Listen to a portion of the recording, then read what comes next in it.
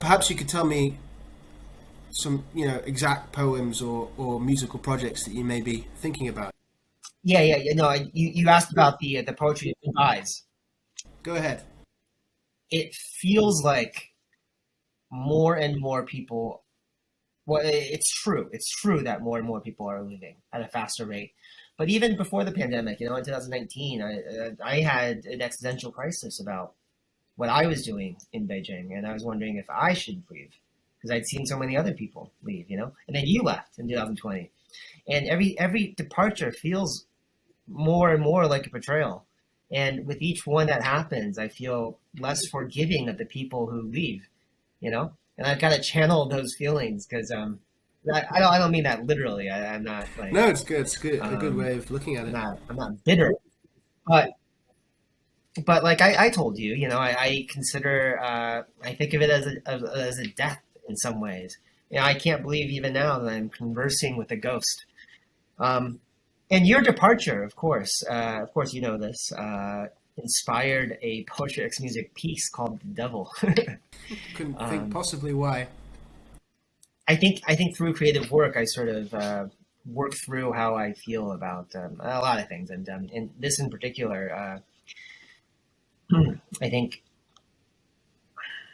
I think I'm also grappling with some sort of I'm grappling with my own sense of my Beijing mortality, if that makes sense. Because in the end, really, all of us are just passing through. Again, with a few exceptions, but there are, as one gets older, the question of whether you should stay, and I think more importantly, who you might be outside of the city.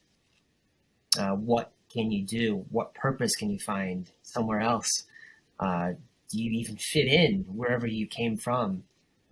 Those questions become more pointed, and yeah, it's a fine little thing to mine for creative material. I'll tell you that much. Oh, 100%. I think you've done a good job of nailing it down. And oh, we have a Pongyo there, a Xiao Mao. Meow. That's Ovid. Ovid, yeah. Purposes of the recording, Anthony has, I think you have three cats. Is that right? Mm, mm, Three little cats in that's your correct. Hutang Yeah. apartment. I can hear them now. Um, that's a great analogy. I often say that you have two deaths as an expat. You have a little death, and then you have the place in which you decide to die in, which is usually ironically where you're from. There is the little death is leaving the place that you're an expat in, and it does feel a bit like a death as well, because if you arrange it correctly, you're probably going to have some kind of event, just like I did, where you say goodbye to your friends. And however you try to put it off, there is a final moment where you will look back, see your friends for the final time, and take a mental snapshot of those friends before you turn around and leave the door. And that's probably not the last time you'll ever see them, but the last time you'll ever see each other in that context ever again. And there's something quite analogous to, and not to take away from the intensity of a soldier's life, but being in a kind of like situation where you're in a foreign place and have very intense relationships with people and then have to leave them immediately. Very much like how I imagine a soldier would feel in a fighting unit in some foreign war, right? Just because you develop these very intense relationships with friends, because in a way you're kind of colliding against the environment that you share, because it's not the culture where a lot of people grew up. You're expat, and you create this culture together and you help each other, and the connections that you have are very important. And all of a sudden, immediately, you have to let it go all at once.